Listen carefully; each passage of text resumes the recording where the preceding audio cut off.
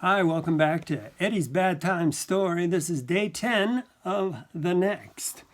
Right beside me, in a surprise appearance, is my wife, my lovely bride, Linda Libby.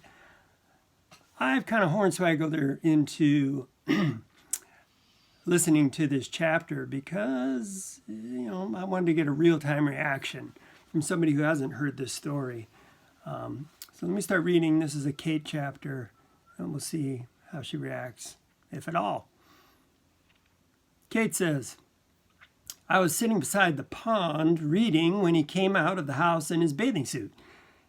And what do you think you're doing? I asked. I'm going for a swim, he croaked. Want to bet? Why?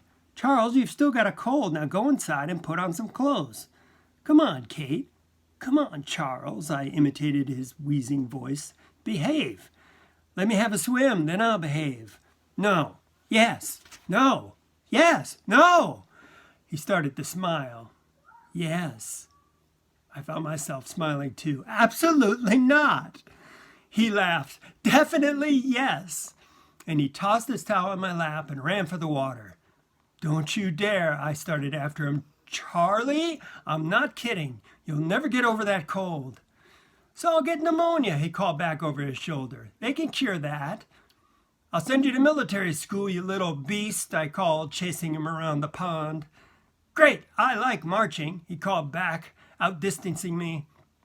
I'll send you to a reformatory. Terrific, it's time I had some new friends. Despite myself, I was laughing. I'll tell your mother on you. Ah, you got me. And he clutched his heart and fell down, face down into the pond. Oh, Charlie, I chastised him as he burst up through the water playfully. What am I going to do with you? Buy me a cage, he answered. All right, enough. Get out of the water. Yes, Kate, he said, diving into it. Charlie, out. Certainly, my dear. And he swam into the middle of the pond. Charles? Catherine? I did not at that point see the humor in his persistent disobedience any longer, and I kicked off my shoes. All right, young man, I'll show you who's boss. I waded into the water. You're going to get a long overdue smack where it'll do you the most good. Child abuse, he called, floating on his back gleefully. Get over here. Come and get me. You don't think I can? Nope.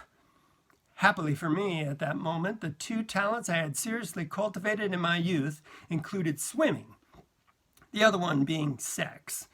I dove headfirst into the water and started toward him. Oh my God, Jaws! He shouted and rolled over to swim away. I was on him quickly, my prowess very much intact, and I caught him around the neck, lifesaver style, and began swimming him to land. Kate, you're strangling me. That'll do for a starter. Help, he called out, giggling. I'm being molested by a total stranger. I got us to the bank, Charles now in a fit of hysterical laughter. I still determined to redden his backside. He fell into the grass, and I grabbed for the top of his bathing suit. It would be a good old-fashioned smack, with nothing between... with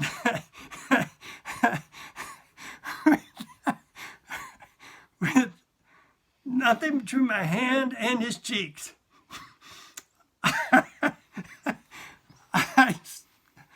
I started to tug